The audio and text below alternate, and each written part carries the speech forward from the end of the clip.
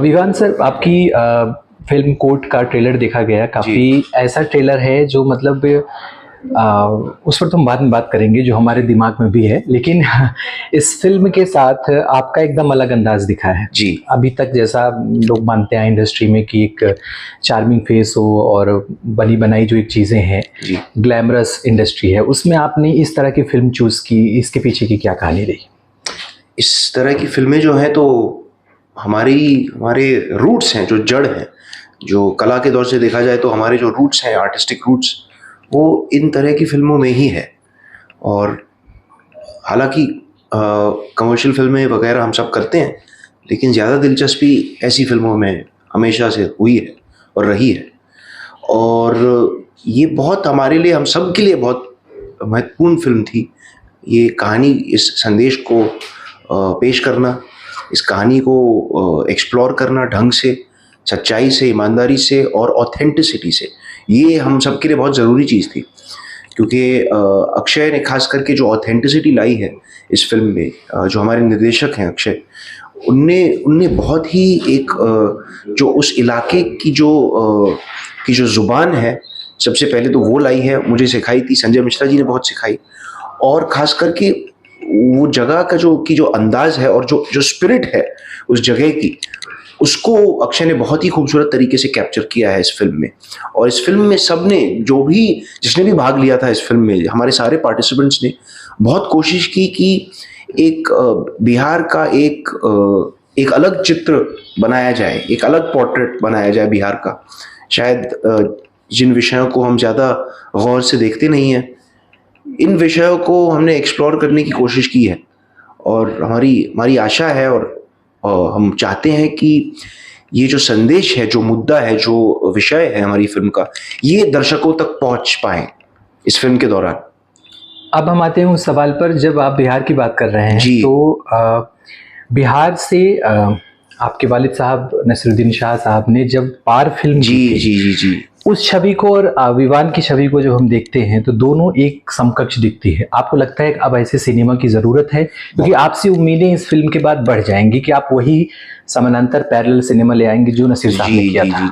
जी। और ये एक्चुअली इस समय पर बहुत ही एक खूबसूरत दौर चल रहा है पैरेलल सिनेमा का, और काफ़ी सालों तक चल रहा है मेरे ख्याल से।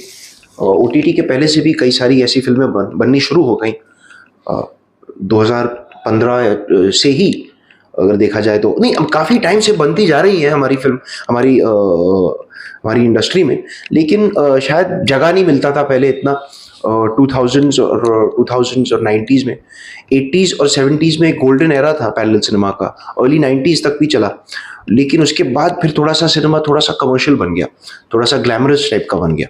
तो अभी बहुत सारे फिल्म मेकर्स हैं, लेखक हैं और अभिनेता हैं, एक्टर्स, एक्ट्रेसेस, लोग जो पर्दे के पीछे भी हैं और जो कैमरा के सामने भी हैं, जो कोशिश कर रहे हैं अलग कहानियों को पेश करने का। वो बहुत ज़रूरी चीज़ है, क्योंकि कई सालों तक, आई थिंक 80s या 2000s में, ऐसी फिल्में बन रही थी जो सिर्फ अमीरों की कहानियां बता रहे थे। हीरो फरारी से निकल रहा है तो हीरो एक अमीर घर का लड़का बन गया। हालांकि पहले 70s में देखा जाए तो मिस्टर बच्चन की जो फिल्में हैं, जो कादर साहब लिखते थे, वो हमेशा वर्किंग क्लास कहानियां, वर्किंग क्लास, मिडिल क्लास तो भी जरूर, लेकिन हमेशा से एक वर्किंग क्लास एम्पावरमेंट था उसमें।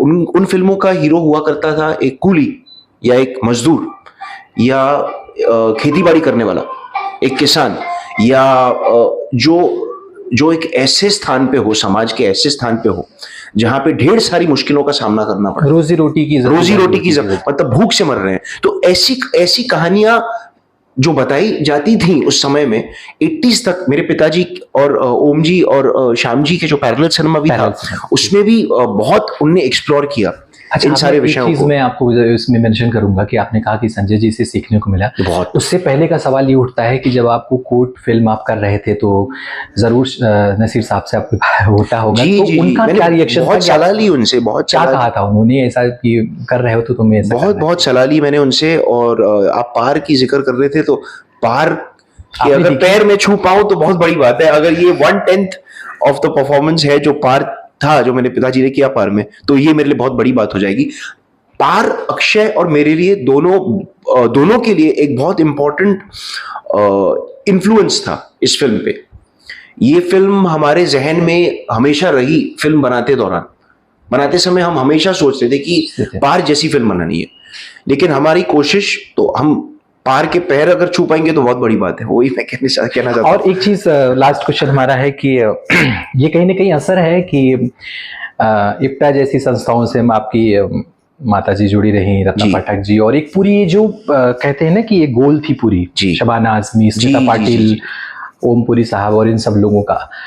तो अभी के भविष्य में आप और ऐसे प्रोजेक्ट्स पर काम करेंगे और भी उन लोगों की उम्मीदों पे खरा उतरेंगे जो अब ये मान रहे हैं कि शाह साहब अगर थोड़ा सा ब्रेक ले लिए हैं उन तरह की फिल्मों से, या कह सकते हैं कि अब उनका जो देना था इंडस्ट्री को उन्होंने बहुत दिया, 2-3 दशक तक दिया, तो आप उस जिम्मेदारी को आगे निभाएंगे? जरूर, ये मेरे लिए बहुत बड़ी बात होगी और हमेशा से ये जिम्मेदारी रही है मेरे कंधों पे, और मैं ये पॉजिटिव तरीके से बोल रहा हूँ। कंधों पे ऐसा बोझ तो नहीं है, ये जिम्मेदारी है, फर्ज है, और मैं बहुत ही खुशी से इस फर्ज और बहुत खुशी और गर्व से इस जिम्मेदारी को निभाना चाहता हूँ।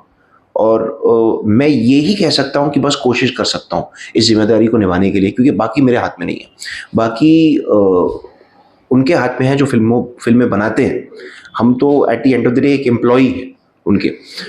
जब तक एक अभिनेता खुद की फिल्म नहीं बना पाएगा तब तक वो फैसला उसके हाथ में नहीं है कि वो किस तरह की फिल्मों में भाग लेगा, किस तरह की फिल्मों में होगा। क्योंकि जैसे मैंने पहले भी कई बार कहा है कि रोल अभिनेता को चुनता है, हमेशा एक अभिनेता रोल को नहीं चुन पाता। आपकी कोई अपील, कोई गुजारिश दर्शकों से? हाँ, यही गुजारिश है कि आप उम्मीद और इच्छा है कि आप फिल्म देखेंगे, और आशा है कि पसंद करेंगे।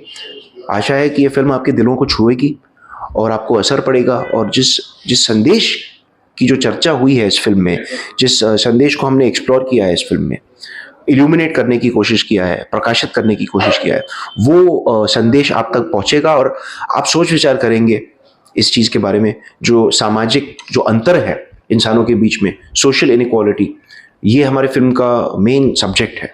तो ये हमारे लिए, हम सब के लिए, सिर्फ फिल्म वालों के दौरान ही नहीं, लेकिन बस समाज के लिए बहुत ही एक खूबसूरत संदेश है ये फिल्म में हम आप सबके लिए।